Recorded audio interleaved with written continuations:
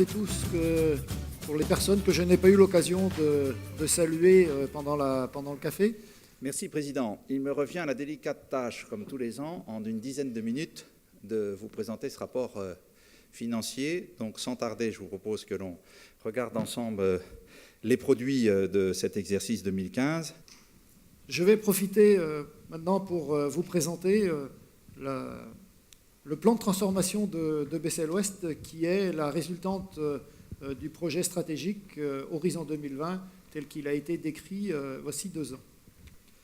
Évidemment, il faut revoir le modèle économique qui va être porté par une nouvelle organisation.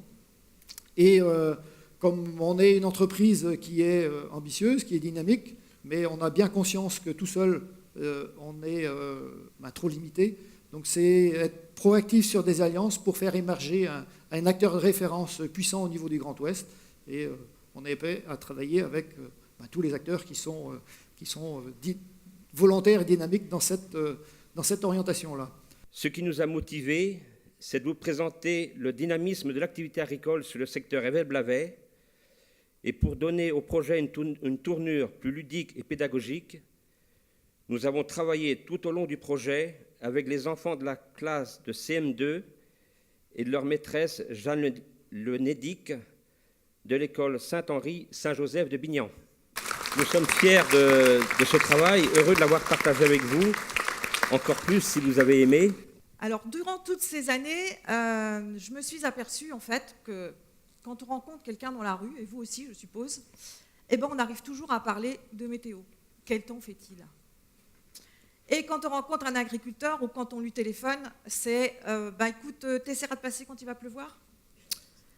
Alors on ne va pas vous parler météo, bien sûr, il y a des spécialistes pour ça, mais on va vous parler climat. Et pour ça, je voudrais inviter donc quelques personnes qui vont m'aider à vous parler climat. L'idée, c'est plutôt de garder une longueur d'avance. Là, on voit qu'on est déjà très bon, mais on est aussi très bon en termes de mise en place de programmes d'action pour réduire encore plus les émissions.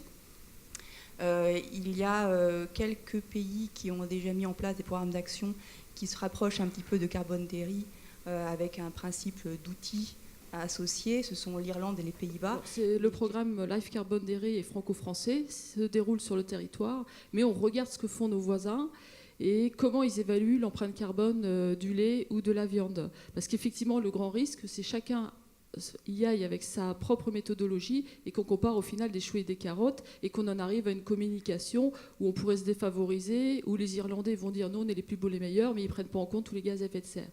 Alors tout à l'heure, je vous annonçais l'empreinte carbone du lait de Bessel Ouest à 0,94 kg de CO2 par litre de lait. En fait, si je regarde en comparaison avec le reste de l'échantillon Carbone Dairy, en fait, on a une même moyenne, la même empreinte carbone entre le national et Bessel Ouest. Donc, il n'y a pas de différence fondamentale. Si on regarde un petit peu dans le détail, en termes d'émissions de gaz à effet de serre, Bessel Ouest, donc c'est le bâton bleu, Bessel Ouest a des émissions un peu moindres, mais stocke un tout petit peu moins.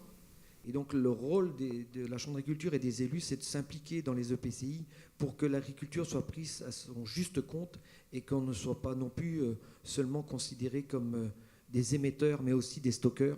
Et donc on a un rôle très important de s'impliquer politiquement et de façon physique dans les structures pour que justement on ne vive pas les mêmes contraintes qu'on a pu avoir dans les années 90 sur la thématique nitrate. Alors, qu'est-ce qui t'a intéressé quand on t'a donné, en premier abord, comme ça, qu'est-ce qui t'a intéressé quand on t'a donné ton diagnostic, quand on te l'a présenté ? Ce qui m'a surtout surpris, c'est que je nourrissais quasiment 4000 personnes. Donc, moi qui viens d'une commune de 2000 personnes, je trouvais ça plutôt pas mal. Et que je stockais aussi du carbone pour l'équivalent d'1 300 000 km fait en voiture. Donc je trouvais aussi que ça représentait quand même beaucoup.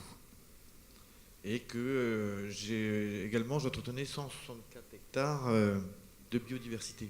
Voilà, en fait, l'exploitation est un peu plus grande que la moyenne de Bessel Ouest, puisque tout à l'heure, on parlait de 400 000 km de parcours pour une voiture. Ici, c'est 1 300 000 km parcourus, qui est stocké tous les ans, l'équivalent qui est stocké tous les ans au niveau de l'exploitation de Nicolas. pour conclure ce débat, et je crois que je vais remettre Bessel Ouest au cœur du débat, et Bessel Ouest, c'est un élément et un acteur au sein de la filière, et je crois qu'on s'aperçoit ici qu'il y a différents acteurs de la filière dans la salle. Tout le monde est concerné, et que ce soit, on a parlé de la génétique au service de la filière, on parle donc du conseil de la nutrition au service de la filière, il y a des représentants des laiteries, l'image du produit au service du consommateur, elle est aussi là, pour qu'il y ait un retour de façon positive au niveau des éleveurs. Il faut bien que tout le monde se mobilise sur ce sujet-là, et je peux vous garantir qu'il y a du boulot, parce que je suis complètement d'accord avec Jean-Hervé, la réaction première des éleveurs, j'ai vu chez moi, quand on a échangé entre associés avec notre conseiller d'élevage sur le dossier, il y a ceux qui avaient une petite lumière qui s'allumait, qui disaient « il faut peut-être mieux que je regarde ça avec intérêt et attention ». Et puis ceux qui disaient « allez, encore une norme, on va nous prendre nos chiffres, ça va encore servir à nous faire taper dessus ». Je pense que être proactif sur le sujet, c'est majeur pour justement qu'on ne revive pas ce qu'on a vécu avec les différentes directives nitrates. La Bretagne a globalement réussi à sortir gagnante de ce combat. Le combat n'est surtout pas terminé, mais je crois qu'on a un vrai challenge devant nous, et c'est ensemble, tous les acteurs de la filière, qu'on doit le gagner.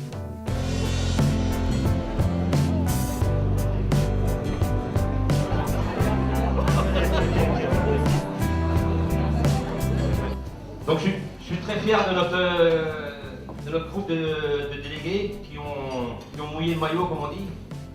Et pas uniquement qu'à la 89e et la 95e minute. Donc ils nous ont gracieusement offert ces produits, donc on va vous les remettre.